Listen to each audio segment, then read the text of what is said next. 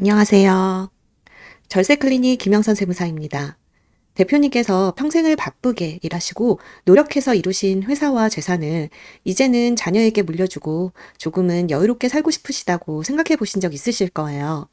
그런데 자녀에게 회사 지분을 넘겨주려고 하니 엄청난 증여세가 나온다고 하고 이대로 가더라도 나중에 상속세 부담이 너무 커질까봐 많은 대표님들께서 고민하고 계신데요.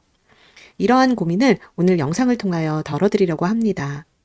화폐 가치가 많이 증가하는 동안 우리나라 상속세 증여세는 예전의 구조를 계속 유지하고 있어서 재벌만 내는 세금이 아니라 내가 낼 수도 있는 세금으로 바뀌어져 가고 있습니다. 남의 일이 아니라 내 일이 될 수도 있는 악명 높은 세금을 절세할 수 있는 방법, 오늘 영상을 통해 알려드리겠습니다.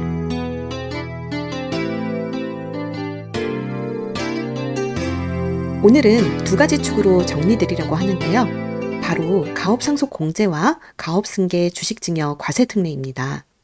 요건, 한도, 세율, 사후 관리까지 대표님께 꼭 필요한 체크리스트만 뽑았습니다. 오늘 순서 먼저 알려드릴게요.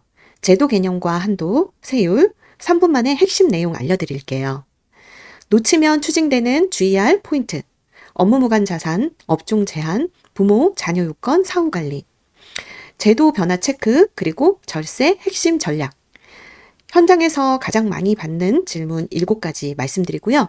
마지막으로 오늘 당장 하셔야 할 일 5가지 딱 정리해 드리겠습니다. 먼저 두 제도의 핵심 차이점부터 말씀드릴게요.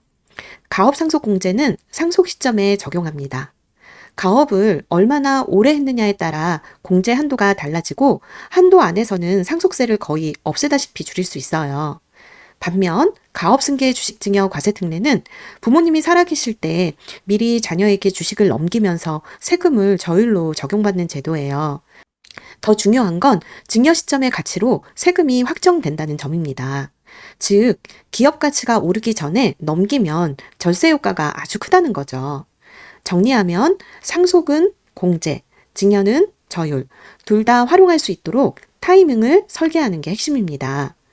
공제 한도는 영위기간 기준으로 10년 이상에서 20년 미만이면 300억, 20년 이상에서 30년 미만이면 400억, 30년 이상이면 무려 600억까지 공제가 가능합니다. 가업상속 공제의 경우 한도 내에서는 100% 공제니까 요것만 맞으면 상속세가 거의 제로에 가깝습니다. 반면 증여특례는 기본 공제는 10억이고요. 120억까지는 10% 세율, 120억 초과분은 20% 세율이 적용돼요. 그리고 다시 한번 강조드리고 싶은 포인트는 방금 전에 말씀드린 대로 증여 시점 평가로 과세표준이 고정이 되기 때문에 기업 가치가 낮아져 있을 때 증여하면 그 낮은 가격으로 세금이 확정이 되니까 절세 효과가 극대화되는 겁니다. 주의해야 할 사항에서 제일 많이 걸리는 부분이 바로 업무 무관 자산입니다. 반드시 사업용만 인정되는데요. 대표적으로 안 되는 5가지 말씀드릴게요. 첫 번째, 놀고 있는 땅이나 건물. 두 번째, 임대용 부동산.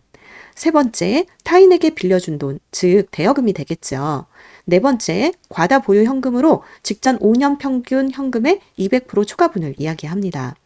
다섯 번째, 영업과 직접 무관한 주식, 채권, 금융상품입니다. 정리 팁은 간단합니다. 증여나 상속 전에 자산 다이어트를 해두셔야 해요. 퇴직금을 정산하면서 퇴직연금 납입금을 명확히 정리하셔야 하고 단기 유휴자금은 용도를 명확히 하셔야 하며 업무와 무관한 임대부동산은 정리하셔야 합니다. 그리고 이런 과정을 문서화까지 해두셔야 나중에 세무조사가 나와도 방어할 수 있습니다. 두 번째는 업종 제한입니다. 기본적으로 중소 중견기업이고 최소 10년 이상 계속해서 실질적으로 경영해야 합니다. 빠지는 업종 예시를 드리면 부동산 임대 공급, 주점, 오락, 보습학원, 전문직, 고시원, 일반 숙박업, 골프장, 커피 전문점 등이 있어요. 그런데 예외도 있습니다. 관광진흥법에 따른 관광 숙박업, 관광사업 형태의 골프장. 아까 커피 전문점은 안 된다고 말씀드렸는데 베이커리 카페는 음식점으로 분류되어 가능한 업종에 해당됩니다. 업종 코드 하나 차이로 운명이 갈릴 수 있으니까 반드시 확인이 필요합니다. 세 번째는 부모와 자녀 요건입니다. 부모님, 즉 증여자나 피상속인의 경우 거주자 요건, 대표이사 재직 요건, 지분 보유 요건이 있습니다. 자녀의 경우는 더 까다로운데요. 상속 공제에서는 상속 개시 전에 회사에서 근무했는지 여부, 개시 이후 2년 안에 대표 취임 같은 요건이 있고, 증여특례는 증여 시점부터 바로 회사에서 근무해야 하고 3년 안에 대표 자리에 올라야 합니다. 상속 공제와 증여특례 요건이 차이가 있어서 이 부분은 꼭 지금 화면에 띄워드린 표를 참고하셔서 반드시 요건이 충족할 수 있도록 하셔야 합니다. 마지막은 사후 관리입니다. 최소 5년이 관리 기간이에요. 업종을 바꾸면 안 되고 1년 이상 휴업, 폐업 금지, 고용인원 유지, 자산 처분 제한, 지분 유지까지 꽤 까다롭습니다. 특히 상속 공제는 고용과 자산 처분 요건이 더 엄격합니다. 그래서 실무에서는 보통 증여특례를 먼저 활용해서 부담을 줄이고 이후 상속 공제를 병행하는 전략을 씁니다. 최근 법이 바뀌면서 혜택은 커졌습니다. 상속 공제 한도가 600억까지 올라가고 증여특례도 저율과세 구간이 확대됐어요. 반면 사후관리와 업무무관 검증은 점점 더 촘촘해졌습니다. 그래서 전략이 필요합니다. 첫 번째, 타이밍. 증여특례는 증여 시점 평가가 전부입니다. 기업 가치가 저평가되어 있을 때 증여하면 세금도 반토막이 납니다. 두 번째, 과다현금, 임대부동산, 대여금 이런 건 미리 정리하고 사업용 자산 위주로 구조를 만들어야 합니다. 세 번째, 가족합의, 공동대표체제, 대표승계 일정, 역할과 보상체계까지 문서로 남겨두셔야 분쟁도 예방되고 세무조사 때도 설득력이 있습니다. 네 번째, 가업승계제도를 통한 절세에는 로드맵이 매우 중요합니다. 가장 적절한 상황에서 증여특례를 먼저 적용하고 사후관리를 철저히 해야 하며 상속공제도 추후 받을 수 있도록 준비해야 합니다. 현장에서 가장 많이 받는 질문 4가지만 빠르게 정리해 드리겠습니다. 첫 번째, 개인 사업을 법인으로 전환하면 영위기간 합산되나요? 네, 사업 양수도 방식이면 가능합니다. 두 번째, 상속 시 꼭 현직 대표여야 하나요? 아닙니다. 대표 재직 요건 중 하나만 충족하면 되세요. 세 번째, 대표 재직 10년은 연속인가요? 아닙니다. 통산 10년이면 됩니다. 네 번째, 겸업 중인 상속인도 인정이 되나요? 실질적으로 경영에 참여했다면 인정이 됩니다.